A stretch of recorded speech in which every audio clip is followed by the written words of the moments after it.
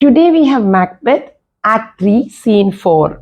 We know that they are all at the feast, and Macbeth is waiting for the news whether his friend has been killed.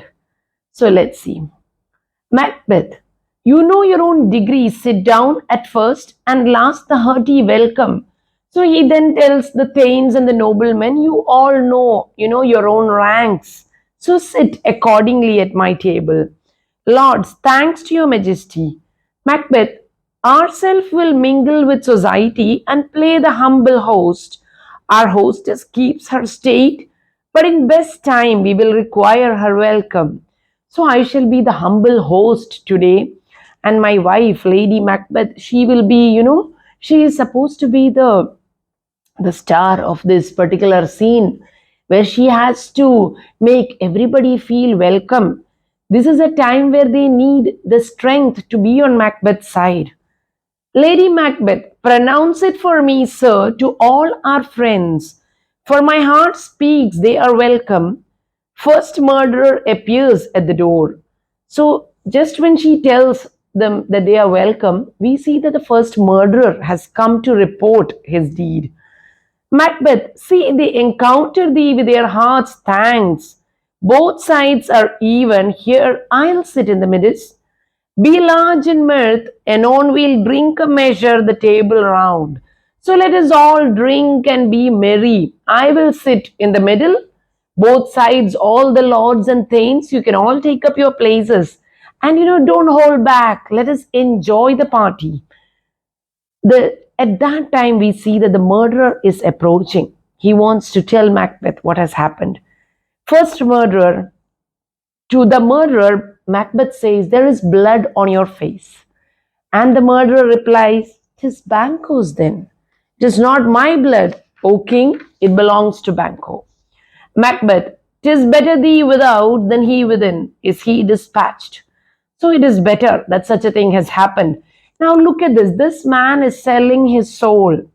He is, degrading himself over and over. He has killed his king, and now he has killed or has been the cause for the murder of his closest friend. We see how he is letting his soul just disintegrate. First murderer, my lord, his throat is cut, that I did for him. So I have cut his throat for him. It is sure that Banquo is dead. He is no more. Macbeth, thou art the best of the cutthroats, yet he is good. That did the like for Fleance. If thou didst it, thou art the non-peril. You are incomparable. If you have killed Banquo, then indeed it is a great deed. But have you been successful in killing Fleance also? In that case, you would be incomparable as a cutthroat and an assassin. And here is the news that Fleance has escaped. First murderer, most royal sir, Fleance has escaped. Macbeth, then comes my fit again. I had else been perfect, whole as the marble, founded as the rock, as broad and general as the casing air. But now I am cabined, cribbed, confined, bound in to saucy doubts and fears. But Banquo is safe. So he says, I was free like the air. I had no boundaries, no barriers. I was free flowing, or I was like the marble, so whole, so strong, like the rocks, the foundation, so very hard. But now look at me, I'm again doubtful. The moment that you tell me that Fleance lives, I know that my life is in danger. Macbeth knows that Fleance can come back for revenge. And again, this is the pathetic state of the liar or the killer. He who lies will have to lie again and again in order to cover up his former lies, and such is his misery that he will have to weave a web of lies and misery. And so it is for the killer, who would have to continue doing this, and with each murder would be causing his own soul to be ripped apart. First murderer, eh, my good lord, safe in a ditch he bides, with 20 trenched gashes on his head, the last a death to nature. So, my dear sir, do not worry about Banquo. He is definitely dead. He lies with 20 gashes to his throat. I have seen to it myself that he is killed, he is in the ditch. Macbeth, thanks for that. There the grown serpent lies. The worm that's fled hath a nature that in time will venom breed. No teeth for the present, get thee gone, tomorrow we'll hear ourselves again. Look at how beautifully poetic are these lines. How he says that the grown serpent, that is Banquo, lies in the ditch, while the worm, that is Fleance, has survived and escaped. And Macbeth, he knows enough of nature to know that this worm will one day grow up to be the serpent. And venom will breed, and he will come to avenge his father. Macbeth knows that, and this very knowledge will not let him be peaceful. Lady Macbeth, my royal lord, you do not give the cheer, the feast is sold. That is not often vouched, while 'tis a making, 'tis given with welcome.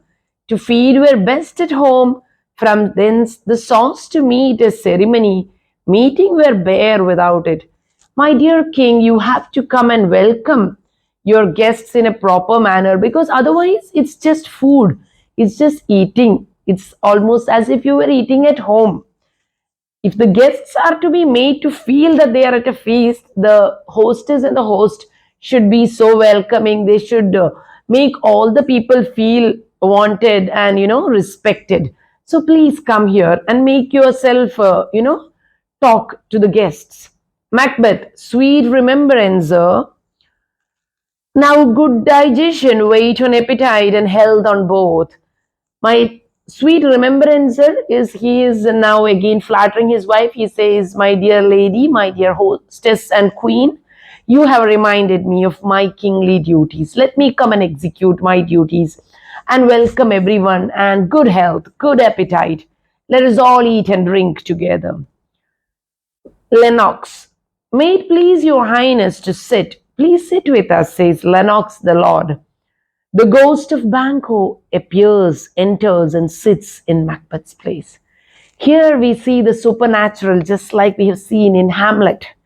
The ghost of Banquo appears and quietly comes and sits in Macbeth's own seat. And this is the most unnerving moment for Macbeth. Here had we now our country's honor roofed, where the graced person of our Banquo present, whom I rather challenge for unkindness than pity for mischance. Now he makes a very beautiful serpent, the serpent under the flower kind of speech. He gives saying that here I want to, I feel that my friend Banquo has been unkind to me. I don't think it is mischance. I don't think it is a missed opportunity. Rather, he is not come to my feast. I'm very angry with him. I'm vexed with him. He's now trying to be this very sweet, kind sovereign who says, I would challenge my friend for being so unkind and not coming to visit me. Ross, his absence, sir, lays blame upon his promise. Please it your highness to grace us with your royal company. Definitely, sir, if he has promised to come for your feast and he's not been able to make his promise, that's really wrong of him. But now, dear king and your highness, please sit with us. Let us all be together, says Ross. That's another thing. Macbeth, the table is full. Lennox, here is a place reserved, sir. Macbeth, where? Lennox, here, my good lord. What is in that moves, your highness? Why are you agitated? Dear king, you can see there is a chair here for you which we have reserved for you. Macbeth, which of you have done this? Now Macbeth thinks that this is some kind of a play on him. Is this some kind of a prank? How could Banquo's ghost be sitting on his seat, on his throne? Lords, what, my good lord? Macbeth, thou canst not say I did it. Never shake thy gory locks at me. Now he's talking to the ghost and he's saying, don't shake your gory, bloodied locks of hair at me. Ross, gentlemen, rise. His highness is not well. Now the lords are all flabbergasted. They're like, what is happening? They are wondering, why is the king suddenly perturbed, disturbed? Lady Macbeth, sit, worthy friends, my lord is often thus, and hath been from his youth. Pray you keep seat. The fit is momentary. Upon a thought, he will again be well. If much you note him, you shall offend him and extend his passion. Feed and regard him not. Are you a man? So now Lady Macbeth flies into the rescue. She is, we see that super, she is very, very collected and cool in this horrible moment. Of course, we have to know that she is not seeing the ghost. Only Macbeth can see the ghost. But Lady Macbeth comes to the rescue. She says, my lord always has these kind of fits of, where his mind wanders. And he is in such a situation now. But this phase will pass on. She tells the general public, please don't take any notice. You all continue with your feasting. If you give him notice, if you look at him, you are going to offend him. So please look away. It will pass. He will come back to normal. Now she says to him, are you a man? Again and again she comes back to this same statement, which is the downfall of this poor man, that to prove himself, to prove his manhood, he must kill, he must have no conscience. That is what is required of him if he is to be a man in her eyes. We see that she is continually that, that horrible mother figure or horrible wife figure, the archetype, cruel female figure. Macbeth, ay, and a bold one, that dare look on that which might appall the devil. I am looking on something that even the devil would flinch to look at. It would be appalling even to the devil. And such a sight is in my eyes before me. Lady Macbeth, oh, proper stuff. This is the very painting of your fear. This is the air-drawn dagger which you said led you to Duncan. Oh, these flaws and starts. And she has no patience with him. She says, this is the very dagger that you once saw. You are again going back to your hallucinations. I am tired of your hallucinations. So now she just wants him to shake away this fear. So in this chapter, we see that she is far more brave than her husband.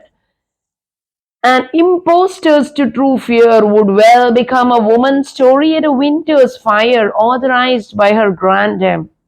This is the sort of story that a woman would be saying, during a winter where there is fire lit and a lady is in her nursery, perhaps. And the story is authorized by her grandam, her own grandmother. So now she's trying to tell him that these kind of hallucinations and storytelling is suited to women who are in the nursery or in the kitchen, not to a manly king. Again and again she strikes where it will hit, and that is his manhood. And she makes him feel always not enough. Shame itself, why do you make such faces when all's done? You look but on a stool. Cowardly man, you are just looking at a stool and making faces. You're looking at a chair and making these agonized faces. So now he has no other course of action. He has to prove his manhood. He has to overcome this fear. Macbeth, prithee see there, behold, look, lo, how say you? Why, what care I if thou canst not speak to? If charnel houses and our graves must send those that we bury back, our monuments shall be the maws of kites. There will be no need to bury people, if they are just going to walk out of their tombs or their monuments. If you're just going to come out of your dead body and come back to strike fear in me, I can no longer believe why we should bury people. What is the point of erecting tombs and monuments? Now we see that Macbeth is completely losing it. The ghost of Banquo then vanishes. So now he says that it is better that our bodies be given to the birds to eat. Birds of prey can feed on us. What is the need of a proper burial if this is what is going to happen? Lady Macbeth, what? Quite unmanned in folly? Have you become unmanned and folly? She is now chastising him with all her might. She just wants to bring him back to that cunning murderer that he was. Macbeth, if I stand here, I saw him. By all that is honest, by my very self that stands here, I promise you, dear lady, that I saw a ghost. I saw the ghost of my fallen friend. Lady Macbeth, fie for shame. Macbeth, blood had been shed here before in the olden time. Ere human statute purged the gentle wheel, and aye since two murders have been performed. Too terrible for the year the times have been. All kind of murders have been performed in these very halls. Some may have been done on wars, in fights, and some others may have been done in stealth too. All manner of murders I have seen and performed, but here too terrible for the year the times have been, that when the brains were out the man would die, and there an end. But now they rise again. But in all those cases, those murdered bodies, the people would be dead forever. But today they rise and they come back to haunt us. This is the difference. With 20 mortal murders on their crowns and pushes from our stools, this is more strange than such a murder is. This is not mere murder. Even with 20 gashes, wounds to his throat, this ghost should rise up and push me off from my own chair. We see how his overwrought conscience is working on him.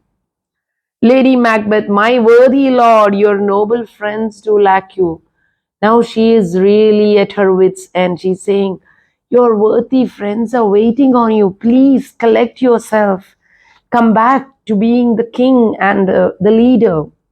Macbeth, I do forget. Do not muse at me, my most worthy friends. I have a strange infirmity which is nothing to those that know me. Come, love and health to all. Then I'll sit down. Give me some wine. Fill full, I drink to the general joy of the whole table. And to our dear friend Banco, whom we miss, would he were here to all and him we thirst, and to all, to all. So now Macbeth says, I have this certain infirmity, but I have passed through it.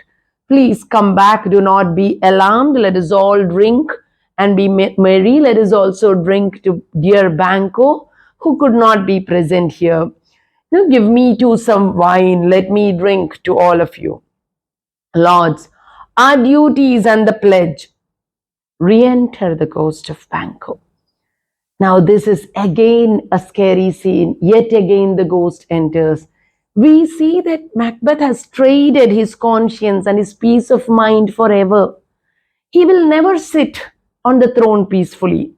And this too shall be perhaps the fate of many a murderer, many a great leader who has fallen and become an assassin, as we see today also. Macbeth, avaunt and quit my sight, let the earth hide thee, thy bones are marrowless, thy blood is cold. Thou hast no speculation in those eyes which thou dost glare with. And now Macbeth tells Banquo's ghost, get away from me, I know that you are lifeless, you have no powers. Get away. Lady Macbeth, think of this, good peers, but as a thing of custom. 'Tis no other, only it spoils the pleasure of the time. Now Lady Macbeth is desperate and she tells the other lords, please think of this as a pastime. Please do not give any importance to this. But I know that it ruins the pleasure of the feast. Now she is apologizing to the guests. Macbeth, what man dare I dare? Approach thou like the rugged Russian bear, the armed rhinoceros, or the hurricane tiger. If you come to me as a rhinoceros or a real tiger or a bear that is mauling me, I am a brave man. I would, come to it, come forward to this creature, and I would fight and I would slay it. But this, a ghost, take any shape but that. Do not take the shape of my friend. And my firm nerves shall never tremble to be alive again. and dare me to the desert with thy sword. If trembling I inhabit then, protest me the baby of a girl. Hence, horrible shadow, unreal mockery, hence. Go away, ghost, or else come in the form of some wild animal. And if I am wrong, then call me a girl. Like again and again, he is going back into that manhood topic. Ghost of Banquo vanishes. Why so, being gone, I am a man again. Pray you, sit still. Now, Lady Macbeth is very scared because her lord can give himself away with all this talk. You have displaced the mirth, broke the good meeting with most admired disorder. Indeed, my lord, you have caused this feast to, everybody is going to disperse. They are getting scared and worried about your health. Macbeth, can such things be and overcome us like a summer's cloud? Without our special wonder, you make me strange even to the disposition that I owe. When now I think you can behold such sights and keep the natural ruby of your cheeks when mine is blanched with fear. Now he says, is it possible for people to be calm and natural after they have seen and witnessed such sights? And he says, I wonder at your ability that the ruby of your cheeks, that your very face is still rosy and beautiful after seeing this manner of a sight, while I am blanched with fear and I am trembling with fear. Again, he does not realize that the very apparition that is he is saying, she cannot see. Ross, what sights, my lords? And he thinks that all of them can see this ghost. But the others are all perplexed. Lady Macbeth, I pray you, speak not. He grows worse and worse. Question enrages him. At once, good night. Stand not upon the order of your going, but go at once. Now she has to chase out all these people, because the more they stay, the more they are going to see their king in this state where he is trembling and blanched with fear. Lennox, good night and better health attend his majesty. Quickly the lords and all the gentlemen, they get up and they thank their hostess and they, bid adieu. They say, let us go. And they wish that good health would soon be restored to their king. Macbeth, it will have blood, they say. Blood will have blood. Stones have been known to move, and trees to speak. Augurs and understood relations have.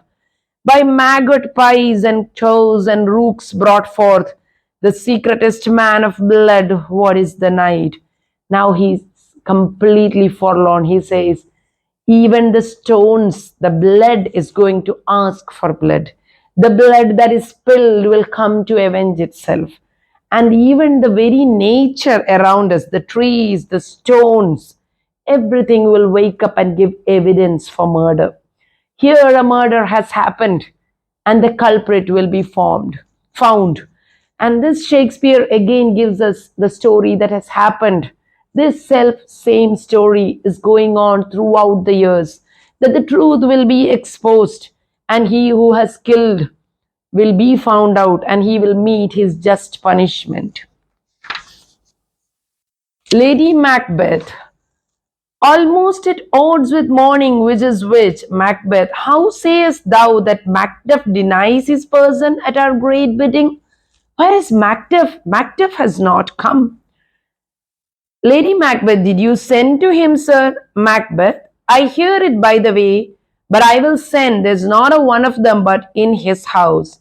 I keep a servant feed. I will tomorrow, and betimes I will to the weird sisters. I'm going to inquire as to why Macduff is not present at this feast. Because now Macbeth is very anxious. He needs to know which are the lords and generals who will pledge themselves to him. Or is there anyone who would go contrary to his wishes and perhaps fight against him? So he says that I have a servant in Macduff's house who is my paid spy, and he will give me all the information as to what is happening there. After that, I will go to see the three weird sisters to know more about my fate. But more they speak, for now I am bent to know by the worst means the worst, for mine own good, All causes shall give way. I am in blood, steeped in so far that should I wade no more, returning were as tedious as going over. Strange things I have in head, that will to hand, which must be acted ere they be scanned. He says that I have gone too far into this. I have gone too far into this journey that turning back is as difficult as going forward. So the only way is through. The only way is forward. I have no option. I cannot retrace my steps. Now I will have to go on and bring an end to all my enemies. I am steeped in crime.